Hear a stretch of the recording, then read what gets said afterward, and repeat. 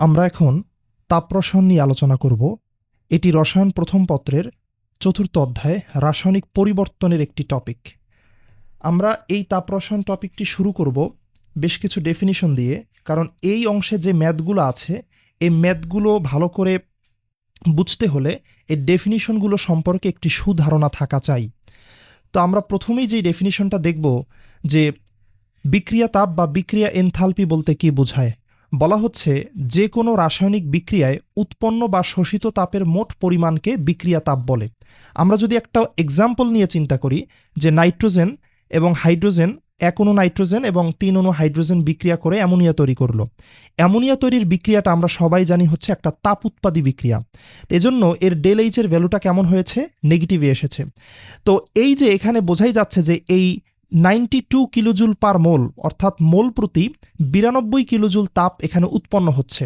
তাহলে এই বিক্রিয়ার জন্য বিক্রিয়া তাপের অ্যামাউন্টটা কিন্তু হচ্ছে -92 kilojoule per mole. Same goes for তাপহারী বিক্রিয়া। যেমন আমরা যদি একটা তাপহারী বিক্রিয়া নিয়ে চিন্তা করি যে নাইট্রোজেন প্লাস অক্সিজেন এই দুয়ে মিলে তৈরি করবে হচ্ছে নাইট্রিক অক্সাইড অর্থাৎ 2NO, এবং এখানে অবশ্যই ΔH এর ভ্যালুটা একটা পজিটিভ কিছু আসবে, পজিটিভ 180 কিলোজুল পার মোল, 180 কিলোজুল পার মোল। তাহলে এই পজিটিভ এবং নেগেটিভের মানে তো আমরা জানি, আমরা 19 থেকেই জেনে এসেছি যে তাপহারী বিক্রিয়ার ক্ষেত্রে বিক্রিয়া তাপের মান অর্থাৎ ΔH এর ভ্যালুটা পজিটিভ হয়, আর তাপ উৎপাদী বিক্রিয়া ক্ষেত্রে বিক্রিয়া তাপের মান নেগেটিভ হয়। আচ্ছা, আর কেন পজিটিভ কেন নেগেটিভ এটা এখন বলছি না, বাট আমরা একটা হিন্টস দিতে পারি যে সাধারণত এই যে ΔH এটা তো দিন শেষে একটা পরিবর্তনকে বোঝায়। এখন এই ΔH তথা বিক্রিয়া তাপ বেশ কিছুর পরিবর্তন থেকে বের করা সম্ভব, যেমন বিক্রিয়ক এবং উৎপাদের অভ্যন্তরীণ তাপের বিয়োগফল থেকে, আবার বিক্রিয়ক এবং উৎপাদের সংগঠন তাপের বিয়োগফল থেকেও এই ΔH এর মান বের করা যায়, আবার বিক্রিয়া উৎপাদের দহন তাপের বিয়োগফল থেকেও ΔH এর মান বের করা যায়। এরকম বেশ কিছুভাবে ΔH এর ভ্যালুটা বের করা যায়। তো যেহেতু এটা একটা বিয়োগফল, তো ওই অনুযায়ী আলটিমেটলি এখানে তাপ উৎপাদীর ক্ষেত্রে নেগেটিভ সাইন আসে এবং তাপ হারির ক্ষেত্রে পজিটিভ সাইন আসে। আমরা আরেকটা ছোট্ট হিন্টস দিতে পারি, সেটা হচ্ছে যে breaking bonds absorbs energy, forming new bonds releases energy. এটা তোমরা চিন্তা করবে এটার সাথে এই যে প্লাস মাইনাস হওয়ার ব্যাপারটা কিভাবে রিলেটেড। মানে আমি বলতে চাচ্ছি যে কোনো একটা কিছুতে বন্ধন যদি ভাঙে তাহলে সেখানে শক্তি শোষিত হয়। মানে কোনো একটা বিক্রিয়ক বন্ধন ভেঙে উৎপাদ তৈরি করে, রাইট? পার্টিকুলার একটা বিক্রিয়ার ক্ষেত্রে কি ঘটে? বিক্রিয়কগুলোর বন্ধন ভাঙে আর উৎপাদগুলোর নতুন করে বন্ধন তৈরি হয়। তো যে কোনো ক্ষেত্রে বন্ধন যদি ভাঙে তাহলে শক্তির শোষণ ঘটে, আর বন্ধন যদি নতুন করে তৈরি হয় তাহলে শক্তি রিলিজ করে, অর্থাৎ মানে তাপ শক্তি উৎপন্ন হয় সেখান থেকে। তো এই জিনিসটাও আলটিমেটলি এই পজিটিভ নেগেটিভ হওয়ার নেপথ্যে কারণ হিসেবে কাজ করে, তোমরা একটু চিন্তা করো। আচ্ছা, তো এই হচ্ছে মোটামুটি আমাদের বিক্রিয়া তাপ বা বিক্রিয়া এনথালপির ব্যাপারটা।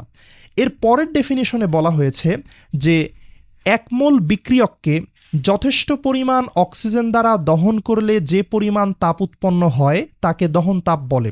আমরা এখন দহন তাপের ডেফিনেশনটা পড়ছি। কি বলা হচ্ছে এখানে? গুরুত্বপূর্ণ কথাটা হচ্ছে এক মোল বিক্রিয়ককে যথেষ্ট পরিমাণ অক্সিজেন দ্বারা দহন করলে।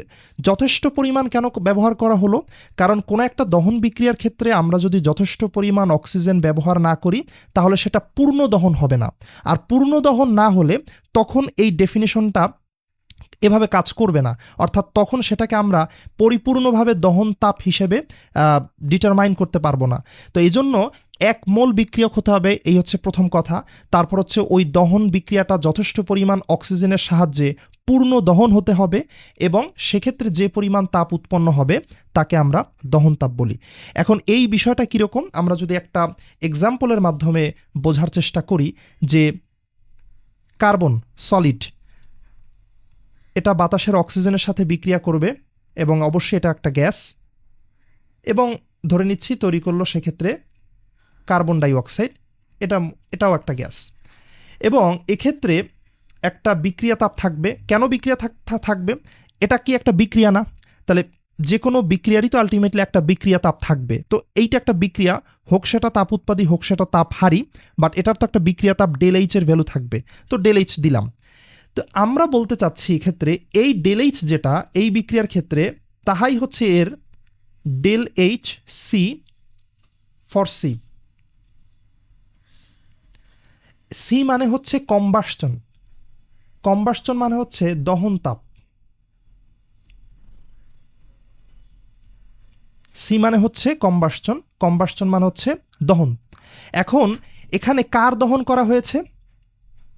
কার্বনকে পোড়ানো হয়েছে বাতাসের পর্যাপ্ত পরিমাণ অক্সিজেনের উপস্থিতিতে, এবং অবশ্যই আমরা যে তাপ দিয়েছি তার একটা চিহ্ন দিয়ে দিলাম, ডেল চিহ্ন। এখন এই যে যার দহন করেছি আমরা, তাকে অবশ্যই ডান পাশে সাবস্ক্রিপ্ট আকারে ব্র্যাকেটের মধ্যে লিখে দিতে হবে। এবং আলটিমেটলি হচ্ছে আমরা এখন যেটা দাবি করতে চাচ্ছি যে এই বিক্রিয়ার জন্য যাহাই বিক্রিয়া তাপ তাহাই দহন তাপ। কেন? প্রথম কথা, এটা যেহেতু একটা পরিপূর্ণরূপে বিক্রিয়াকে রিপ্রেজেন্ট করছে, তার মানে এই বিক্রিয়ার একটা বিক্রিয়া তাপ থাকবে। ভালো কথা। এবং বিক্রিয়া তাপের ডেফিনিশনে কি পড়েছি? বিক্রিয়া তাপ ছিল কোনো একটা রাসায়নিক বিক্রিয়ায় উৎপন্ন বা শোষিত তাপের মোট পরিমাণকে বিক্রিয়া তাপ বলে। তাহলে এখানে এই বিক্রিয়ায় যে তাপটা উৎপন্ন হয়েছে সেটা বিক্রিয়া তাপ, ভালো কথা। আবার দহন তাপও কিন্তু একমোল বিক্রিয়ককে যথেষ্ট পরিমাণ অক্সিজেন দ্বারা দহন করলে যে পরিমাণ তাপ উৎপন্ন হয়, তাহলে এখানেও আলটিমেটলি কিন্তু তাপ উৎপন্নের কথা বলা হয়েছে। যদিও বিক্রিয়া তাপে উৎপন্ন এবং শোষিত যে কোনো একটা, দুইটাই টাইপের তাপই হচ্ছে বিক্রিয়া তাপ হিসেবে কনসিডার্ড হবে। আর দহন তাপ সাধারণত উৎপন্নকে রিপ্রেজেন্ট করে, অর্থাৎ যে কোনো কিছুকে দহন করলে তাপের উৎপন্ন হয়, তাপের শোষণ ঘটে না। তো এই জন্য আলটিমেটলি এখানে শুধুমাত্র উৎপন্ন তাপের কথাই বলতে হবে, শোষণ লেখা যাবে না, যেহেতু দহন তাপে তাপ শোষিত হয় না। আচ্ছা, তাহলে এখন এখানেও তাপ উৎপন্নের কথা বলা হচ্ছে, বিক্রিয়া তাপেও তাপ উৎপন্নের কথা বলা হচ্ছে, কিন্তু দহন তাপটা স্পেসিফিক কিসের জন্য, কিসের সময় উৎপন্ন তাপ? যখন আমি পোড়াবো। কাকে পোড়াবো? একমোল বিক্রিয়ককে পোড়াবো। কিভাবে পোড়াবো? যথেষ্ট পরিমাণ অক্সিজেন দ্বারা পূর্ণ দহন করব। তখনই আলটিমেটলি হচ্ছে আমরা ওই উৎপন্ন তাপকে দহন তাপ বলতে পারবো। তাহলে দহন তাপ ইজ ওয়ান কাইন্ড অফ বিক্রিয়া তাপ। দহন তাপ ইজ ওয়ান কাইন্ড অফ বিক্রিয়া তাপ। সকল দহন তাপই বিক্রিয়া তাপ, কিন্তু সকল বিক্রিয়া তাপ দহন তাপ না। তাহলে আমরা এই যে দহন তাপ থেকে যে কয়টি জিনিস পড়ব, এগুলো সবই হচ্ছে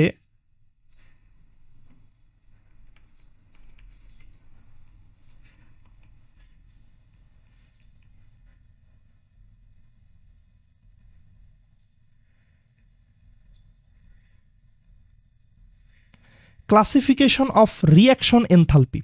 অর্থাৎ এই যে বিক্রিয়া তাপ, এই বিক্রিয়া তাপেরই আমরা বেশ কিছু ক্যাটাগরি পড়ব। একটা ক্যাটাগরি হচ্ছে দহন তাপ, এবং আমরা এক্ষেত্রে দেখলাম যে বিক্রিয়া তাপটা দহন তাপের সমান হয়ে যাচ্ছে। আমরা এখন এমন একটা উদাহরণ দেখব যেখানে বিক্রিয়া তাপটা দহন তাপের সমান নয়। যেমন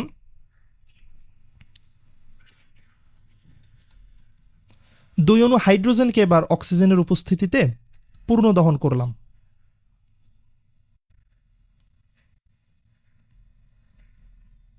উৎপন্ন হলো পানি। তো এক্ষেত্রে দেখি বিক্রিয়া তাপের ডেফিনিশনটা আমরা একটু আবার দেখি। বলা হচ্ছে যে যে কোনো রাসায়নিক বিক্রিয়ায় উৎপন্ন বা শোষিত তাপের মোট পরিমাণকে বিক্রিয়া তাপ বলে।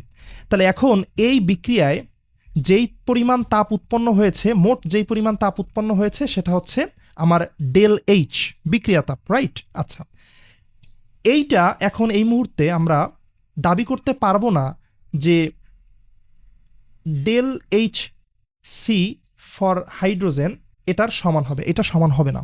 কেন হবে না? কারণ হচ্ছে দহন তাপ বলা হচ্ছিল একমোল বিক্রিয়কের জন্য। তাহলে আমরা এখানে কত মোলকে পুড়িয়েছি? 2 মোল হাইড্রোজেনকে পুড়িয়েছি।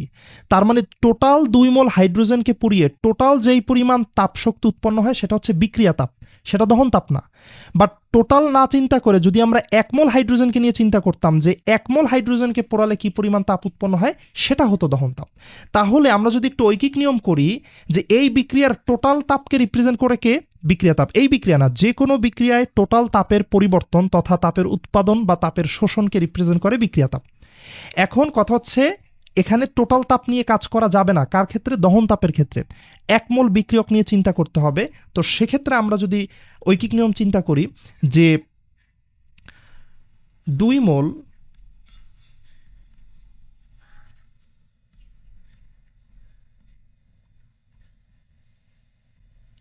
2 মোল হাইড্রোজেন থেকে আমরা পাই হচ্ছে ডেল এইচ পরিমাণ তাপ 2 মোল হাইড্রোজেনকে পুড়িয়ে। তাহলে 1 মোল হাইড্রোজেনকে পুড়িয়ে পাবো ডেল এইচ বাই 2। তাহলে 1 মোল হাইড্রোজেনকে পোড়ালে যে পরিমাণ তাপ উৎপন্ন হয় ওইটা তো আবার দহন তাপও। তাহলে এজন্য আলটিমেটলি আমরা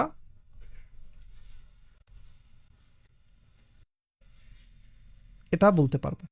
তাহলে এই হচ্ছে মেইন মেকানিজমটা, যে আসলে আমরা কখন বিক্রিয়া তাপ ইকুয়ালস টু দহন তাপ আর কখন বিক্রিয়া তাপ ইকুয়ালস টু দহন তাপ না, বাট আমরা পরিশেষে এই বিক্রিয়া তাপ এবং দহন তাপের মধ্যে একটা রিলেশন ডেভেলপ করতে পেরেছি, যে এইখানে যত মোল বিক্রিয়ক পর্যাপ্ত পরিমাণ অক্সিজেনের সাথে বিক্রিয়া করবে অত মোল বিক্রিয়ককে ওই মোলটাকে বিক্রিয়া তাপকে ভাগ করে দিতে হবে ওই মোলটা দিয়ে। তাহলে আমরা যেটা পাবো সেটা হচ্ছে দহন তাপ বা কম্বাসশন এনথালপি। আর এখানে আর একটা বিষয় লক্ষণীয়, যে আমরা এই পুরো চ্যাপ্টারে দেখবা যে মানে এই অংশ দেখবা যে ডেল এইচ এর পরে এইচ নট ব্যবহার করা হয়, মানে ডেল এইচ এর উপরে ছোট করে একটা নট চিহ্ন দেওয়া হয়। এখন এটা কেন? কারণ হচ্ছে ধরে নেওয়া হয় আমরা এই থিওরিটিক্যাল অ্যানালাইসিস করার জন্য, তাপ রসায়নের থিওরিটিক্যাল পড়াশোনাটা পড়ার জন্য আমরা বিবেচনা করে নিচ্ছি যে এই যত বিক্রিয়া নিয়ে আমরা কাজ করব এই অংশে প্রত্যেকটা বিক্রিয়াই হচ্ছে এস এটিপিতে সংঘটিত হচ্ছে। এস এটিপি এটা আমরা যদি রসায়ন দ্বিতীয় পত্র কেউ পড়ে থাকি, পরিবেশ রসায়ন, ওখানে হচ্ছে এই এস এটিপি কনসেপ্টটা ভালো করে আছে শুরুর দিকে, কোনো কোনো ম্যাথে কাজে লাগে। ব্যাপারটা হচ্ছে এস এটিপির ফুল মিনিং হচ্ছে standard ambient temperature and pressure, এবং অ্যাম্বিয়েন্ট টেম্পারেচার অ্যান্ড প্রেশার এটা দ্বারা বোঝায় হচ্ছে কক্ষ তাপমাত্রা। তো কক্ষ তাপমাত্রার ক্ষেত্রে আমরা টেম্পারেচার কত জানি? 25 ডিগ্রি সেন্টিগ্রেড, এবং চাপ কত জানি? 1 অ্যাটমসফেরিক প্রেশার। তাহলে আমাদের এই যত বিক্রিয়া আছে সবগুলোই হচ্ছে এস এটিপি এই সিচুয়েশনে, অর্থাৎ 1 অ্যাটমসফেরিক চাপে এবং 25 ডিগ্রি সেলসিয়াস টেম্পারেচারে সংঘটিত হচ্ছে। তো ওইটা বিবেচনা করা হয়েছে বিধায় আমরা প্রত্যেকটা ডেল এইচের উপরে কি দেব? নট দেব। মানে কি? মানে হচ্ছে প্রত্যেকটা বিক্রিয়া এস এটিপিতে সংঘটিত হয়েছে। যদি এস এটিপিতে সংঘটিত না হতো বা না হয় তাহলে আলটিমেটলি আমরা এই নটটা দিব না। তার মানে এই নট দ্বারা বোঝানো হয় যে সব বিক্রিয়া 25 ডিগ্রি সেলসিয়াস টেম্পারেচার এবং 1 অ্যাটমসফেরিক চাপ এই সিচুয়েশন মেনটেন করে সংঘটিত হয়েছে। তো এই হচ্ছে এখানকার বিষয়। তাহলে আমাদের এখানেও নট চিহ্নটা ব্যবহার করতে হবে প্রত্যেকটা জায়গায়, এই যে প্রত্যেকটা, কারণ এই যে আমরা ডেল এইচ সি দিচ্ছি কেন, এই সি এর উপরেও কেন নট দিচ্ছি, মানে কম্বাসশন এনথালপির ক্ষেত্রেও কেন নট দিচ্ছি, কারণ দহন তাপও সেমভাবে এস এটিপিতেই সংঘটিত হয়েছে। তো প্রত্যেকটা ক্ষেত্রে আলটিমেটলি আমরা এই নট চিহ্নটা ব্যবহার করব। তো আশা করি এই জায়গাটা বোঝা গিয়েছে। আমরা যদি পরের টপিকে যাই, সেটা হচ্ছে সংগঠন তাপ বা গঠন তাপ। আমরা এই জিনিসটাকে একটু নিচে নামাই।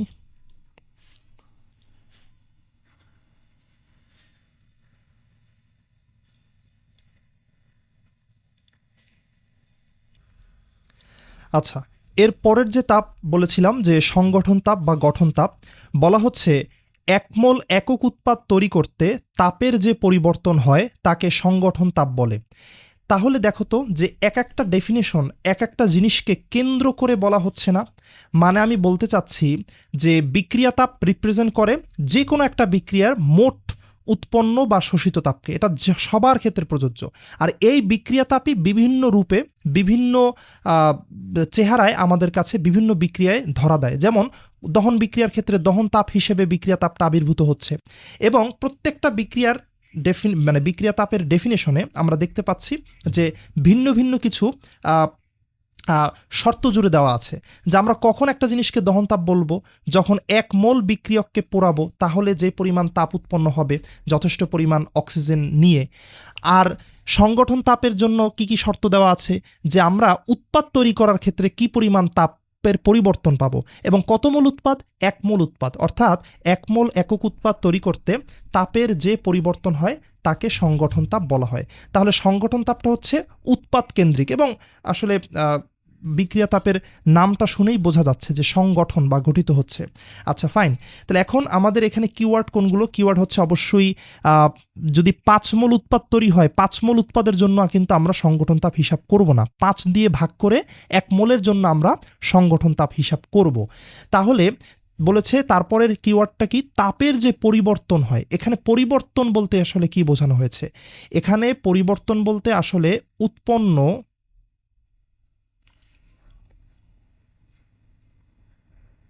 ও শোষিত বা উৎপন্ন অথবা শোষিত দুই টাইপকেই বোঝানো হয়েছে।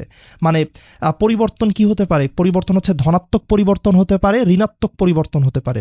তাহলে কোনো কিছু যদি বাড়ে পরিমাণে বা উৎপন্ন হয় তাহলে অবশ্যই সেই পরিবর্তনটা হচ্ছে ধনাত্মক পরিবর্তন, আর কোনো কিছু যদি কমে তাহলে তো সেটা হচ্ছে ঋণাত্মক পরিবর্তন।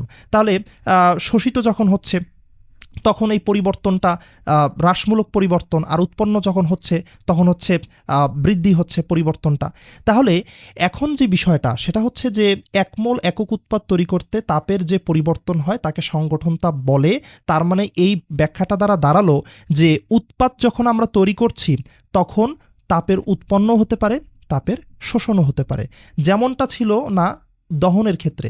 দহনের ক্ষেত্রে কিন্তু পরিবর্তন ছিল না, দহনের ক্ষেত্রে কেবলমাত্র তাপ উৎপন্ন হতো, অর্থাৎ কোনো দহন বিক্রিয়ায় তাপের হয় না, তাপের শোষণ হয় না। অর্থাৎ দিন শেষে ওভারঅল যে বিক্রিয়ার তাপটা, সেই বিক্রিয়া তাপটা আমরা বাড়তে দেখব, অর্থাৎ ধনাত্মক পরিবর্তন হতে দেখব। তো এই জন্য আলটিমেটলি হচ্ছে এখানে শুধুমাত্র তাপ উৎপন্ন এই শব্দটাই ব্যবহার করা হয়েছে। আর সংগঠনের ক্ষেত্রে কখনো কখনো আমরা তাপের উৎপাদন দেখতে পাই, আবার কখনো কখনো আমরা তাপের শোষণ দেখতে পাই। তো এই জন্য আলটিমেটলি দুইটাই ব্যবহার করা হয়েছে। এবং এটা অবভিয়াস যে পৃথিবীর সকল বিক্রিয়া থেকেই তো কিছু না কিছু উৎপন্ন হচ্ছে। তাহলে এখন সকল বিক্রিয়ায় কি সবসময় তাপের শুধুমাত্র উৎপন্ন বা শুধুমাত্র শোষণ হয়? না, দুইটাই হয়। কখনো কখনো উৎপন্ন হয়, কখনো কখনো শোষণ হয়। তো এটার জন্য আসলে স্পেসিফিক কোনো দহন বিক্রিয়ার মতন স্পেসিফিক কোনো ক্রাইটেরিয়ার দরকার নাই যে অক্সিজেন লাগবে, পোড়াইতে হবে, এরকম না। সংগঠন তাপের জগৎটা অনেক বড়, কারণ সকল বিক্রিয়াই তো কিছু না কিছু সংগঠিত হচ্ছে, সকল বিক্রিয়াই তো উৎপাদ তৈরি হচ্ছে। তো ওভারঅল অনেক বিক্রিয়ার জন্যই বা প্রায় সব বিক্রিয়ার জন্যই এই সংগঠন তাপ বা গঠন তাপের এই ব্যাপারটা খাটবে। তাহলে আসি আমরা হচ্ছে যদি একটা এক্সাম্পল চিন্তা করি, যে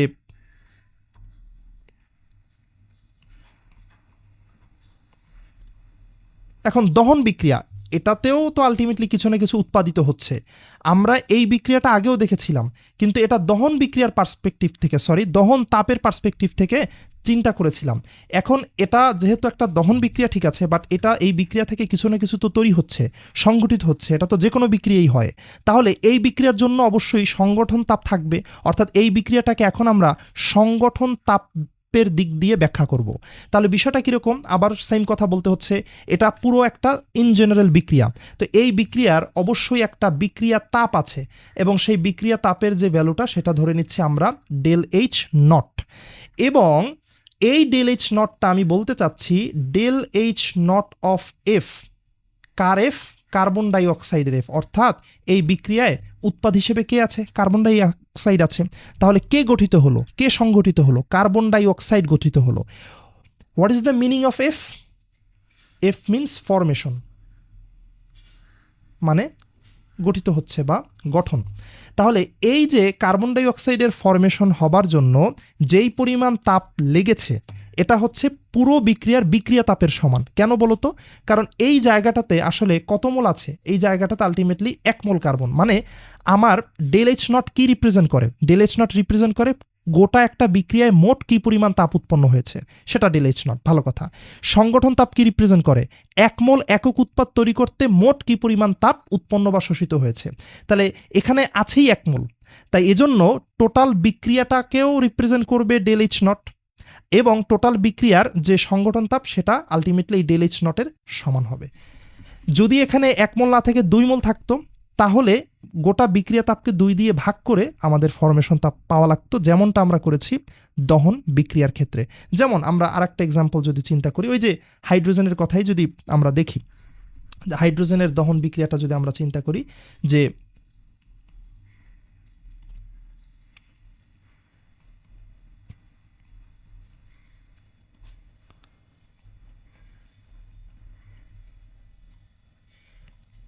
ব্যাপারটা এমন, তাহলে এখান থেকে আমরা কি বলতে পারি আসলে এই যে হাইড্রোজেনের দহন বিক্রিয়ার যে মোট তাপ সেই মোট তাপকে আমরা 2 দ্বারা ভাগ করব, তাহলে আমরা del H naught formation of H2O পাবো।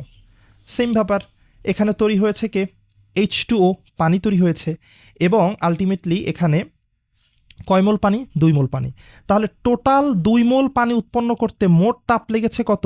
শুধুমাত্র del H not.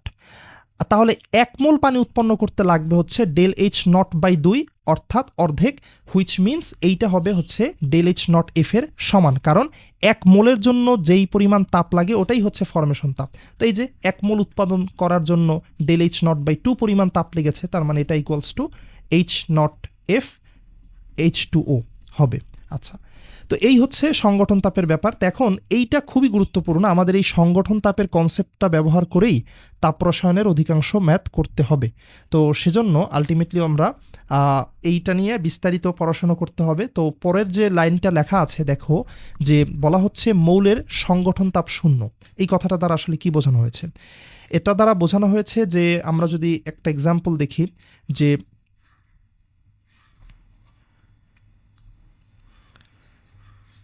Del H naught F of oxygen এইটা ইকুয়ালস টু শূন্য, আবার del H naught F of carbon এটা ইকুয়ালস টু শূন্য, হুইচ মিনস যে অক্সিজেন O2 এটা কিন্তু কোনো মৌল না, এটা হচ্ছে একটা দ্বিমৌল অণু, রাইট? মানে প্রকৃতিতে আমরা আসলে তো অক্সিজেনকে এই ও রূপে পাই না, প্রকৃতিতে আমরা অক্সিজেনকে O2 রূপে পাই, তাই তো? তাহলে এখন এইরকম যত দ্বিমৌল অণু আছে তাদের সংগঠন তাপ শূন্য, এবং যারা এইরকম কার্বনকে তো প্রকৃতিতে কার্বন আকারেই পাওয়া যায়, শুধুমাত্র সিঙ্গেল কার্বন, এখানে তো আর C2 বা C3 নাই। তো এই যে কার্বন, এই কার্বনের সংগঠন তাপ 0। মানে এরকম যদি ইন্ডিভিজুয়াল একটা মৌল থাকে আর একটা হচ্ছে দ্বিমৌল অণু থাকে, ইন্ডিভিজুয়াল মৌল এবং দ্বিমৌল অণু এদের সবারই সংগঠন তাপ কত? 0। মানে এদেরকে প্রকৃতিতেই বাই ডিফল্ট পাওয়া যায়, এদেরকে আলাদাভাবে তৈরি করার প্রয়োজন পড়ে না, তা আলাদাভাবে এদের কোনো সংগঠন তাপের দরকার পড়ে না, এদের কোনো সংগঠন তাপ নাই, মানে কোনো তাপের দরকার নাই, সুতরাং তাপ হচ্ছে শূন্য। তো এটাই হচ্ছে মৌলের সংগঠন তাপ শূন্য বলতে বোঝানো হচ্ছে। এর পরের যেই সূত্রটা আছে এই সূত্র দিয়ে আলটিমেটলি আমাদের ম্যাথ করতে হবে। বলা হচ্ছে যে বিক্রিয়া তাপ ইকুয়ালস টু উৎপাদগুলির সংগঠন তাপ মাইনাস বিক্রিয়কগুলির সংগঠন তাপ। আবার দহন তাপের পার্সপেক্টিভ থেকে বলা হয়েছে বিক্রিয়কগুলোর দহন তাপ মাইনাস উৎপাদগুলোর দহন তাপ। এখন এই বিষয়টা দ্বারা আসলে কি বোঝানো হয়েছে বা কিভাবে আমরা এই জিনিসটাকে ব্যাখ্যা করব সেটা যদি আমরা একটু চিন্তা করি, সেটা হবে এরকম যে আমরা যদি একটা এক্সাম্পল দেখি, যে মিথেনকে দহন করলে কি তৈরি হবে?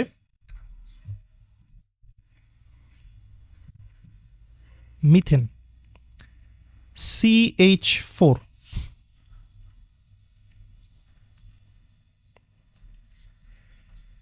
কার্বন ডাই অক্সাইড প্লাস পানি।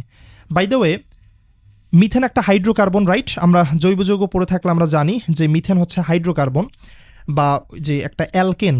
এখন যে কোনো হাইড্রোকার্বনকে পর্যাপ্ত পরিমাণ অক্সিজেনের উপস্থিতিতে পূর্ণ দহন করলে কার্বন ডাই অক্সাইড এবং পানি পাওয়া যাবে ইন জেনারেল। যদি পর্যাপ্ত পরিমাণ অক্সিজেন না দেই তাহলে পূর্ণ দহন হবে না, সেক্ষেত্রে কার্বন ডাই অক্সাইডের জায়গায় কার্বন মনোঅক্সাইড তৈরি হতে পারে। কার্বন ডাই অক্সাইডের জায়গায় আরও যদি কম পরিমাণ অক্সিজেন দেই, মানে কার্বন মনোঅক্সাইড হবে হচ্ছে সেকেন্ড টায়ারে, মানে সেকেন্ড লেভেলে।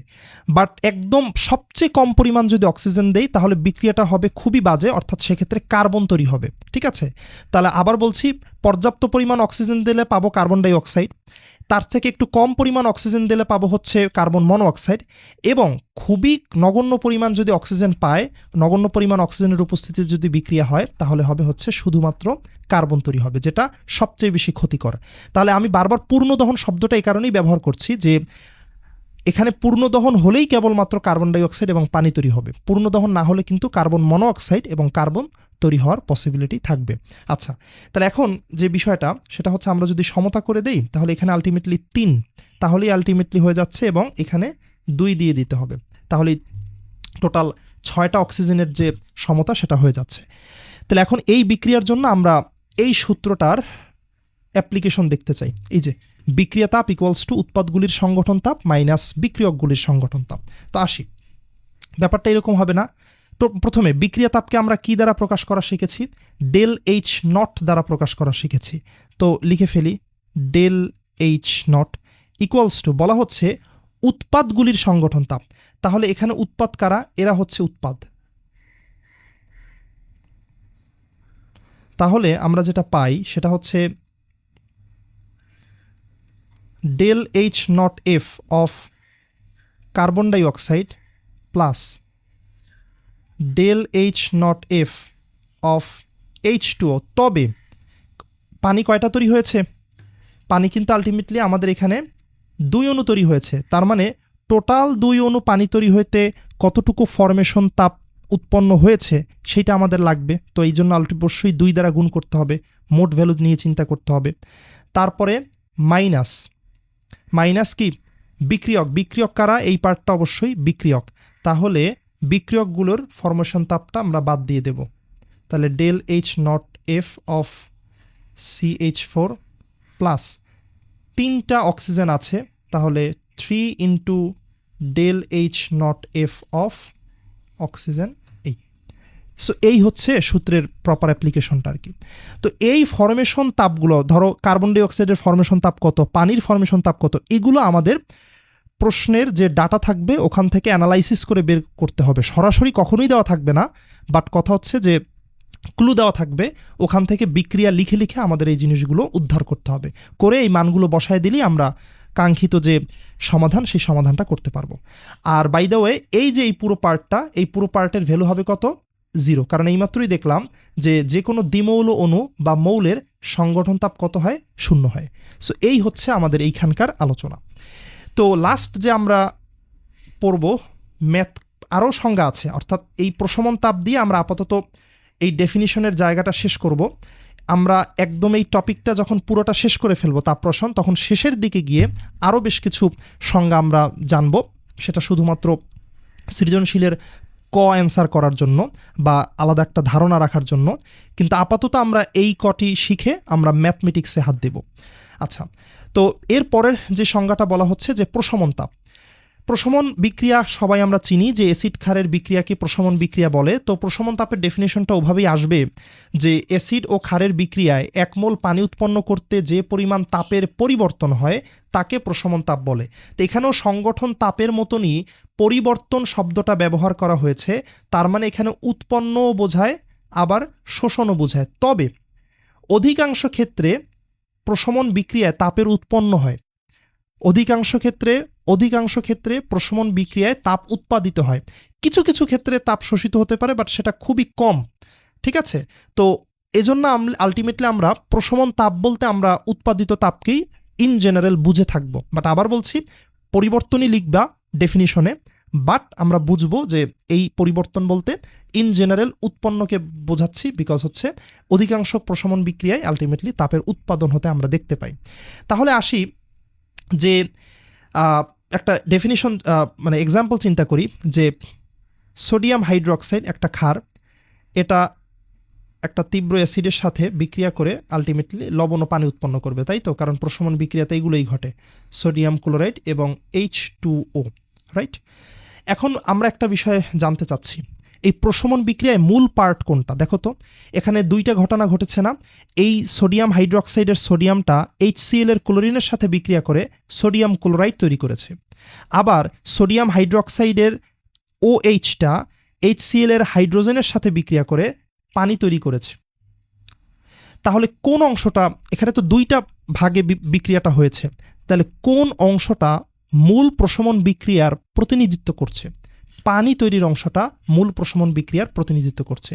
হুইচ মিনস এই যে OH মাইনাস প্লাস হচ্ছে H প্লাস, এরা মিলে তৈরি করছে হচ্ছে H2O। তাহলে এই যে এই অংশটাই হচ্ছে মেনলি কি? মূল প্রশমন বিক্রিয়া। তো এজন্যই বলা হচ্ছে পানির কথা। এই যে অন্য কিছু বলে নাই কিন্তু, যে 1 মোল লবণ উৎপন্ন করতে যে পরিমাণ তাপ, কারণ আমরা তো দেখেছি প্রশমন বিক্রিয়া তো লবণও তৈরি হয়, কিন্তু লবণের কথা কিন্তু বলা হয় নাই, পানির কথা বলা হচ্ছে, এবং সেটা কয় মোল? 1 মোল। তাহলে 1 মোল পানি উৎপন্ন করতে, তাহলে কেন পানির কথা বলা হচ্ছে? কারণ এই প্রশমন বিক্রিয়ার মূল অংশটাই হচ্ছে এই যে পানি তৈরি করার যে ব্যাপারটা। তাহলে এই OH মাইনাস এবং H প্লাস এরা যুক্ত হয়েই আলটিমেটলি হচ্ছে যে তাপের পরিবর্তনটা ঘটায়, ওই তাপের পরিবর্তনটাকে আমরা কি বলছি? প্রশমন তাপ বলছি। তো এই জন্যই আলটিমেটলি এই অংশটাকে আমি মূল অংশ বলছি, মানে প্রশমন তাপটা যে আসে সেটা এই অংশটার জন্য আসে, লবণ তৈরির অংশের জন্য আসে না। এই যে সোডিয়াম আর ক্লোরিন যে যুক্ত হয়েছে, সোডিয়াম ক্লোরাইড তৈরি করেছে, এই অংশের জন্য তাপ উৎপন্ন হয় না, এই পানি তৈরি করার জন্যই আসলে আলটিমেটলি তাপ উৎপন্ন হয়। আচ্ছা, তো আমরা এখানে ওই যে ডেল এইচ নটের যে ব্যাপারটা ওইটা যদি আমরা একটু চিন্তা করি, দেখো এটা একটা পুরো বিক্রিয়া, ইন জেনারেল এর বিক্রিয়া তাপ হচ্ছে ডেল এইচ নট। এখানে অবশ্যই যেহেতু পুরো বিক্রিয়া 1 মোল পানি উৎপন্ন হচ্ছে, আর প্রশমন বিক্রিয়াও যেহেতু 1 মোল পানিকে নিয়েই ডিল করে, তাহলে অবশ্যই আগের মতনই যাহাই ডেল এইচ নট তাহাই হবে del H not N. What is the meaning of N? N হচ্ছে নিউট্রালাইজেশন।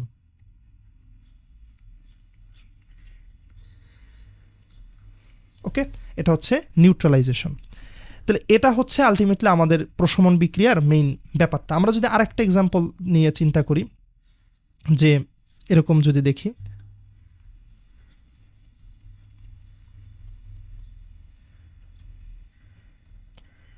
ক্যালসিয়াম হাইড্রোক্সাইড সালফিউরিক অ্যাসিডের সাথে বিক্রিয়া করবে, তো অবশ্যই এখানে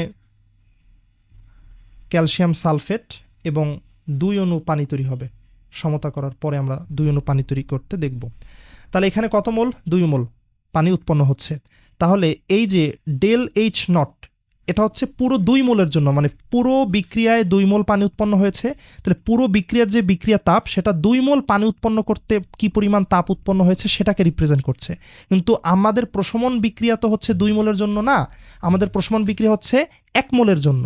সো দ্যাটস ওয়াই আমরা এখানে অবশ্যই ডেল এইচ নটকে যদি 2 দ্বারা ভাগ করি, তাহলে আমরা দাবি করতে পারবো এটা এই বিক্রিয়ার প্রশমন তাপের সমান। সো এই হচ্ছে এখানকার বিষয়গুলো। তা আমরা এই লেকচারটা এখানেই রাখবো। আমরা নেক্সট লেকচারটিতে এই প্রশমন না, তাপ রসায়নের প্রাথমিক অংশে যে ম্যাথগুলো আছে সেগুলো করব। অর্থাৎ নেক্সট লেকচারে সব ম্যাথ করব না, বাট আজকের লেকচারটার উপর বেস করে যেই ম্যাথগুলো হয়, অর্থাৎ বিশেষ করে এই যেই 2টা ফর্মুলা আমরা শিখলাম বিক্রিয়া তাপের, এই ফর্মুলার উপর বেস করে যেই ম্যাথগুলো হতে পারে সেই ম্যাথগুলো আমরা দেখব। তারপরে আস্তে আস্তে আমরা নতুন টপিকে জাম্প করব।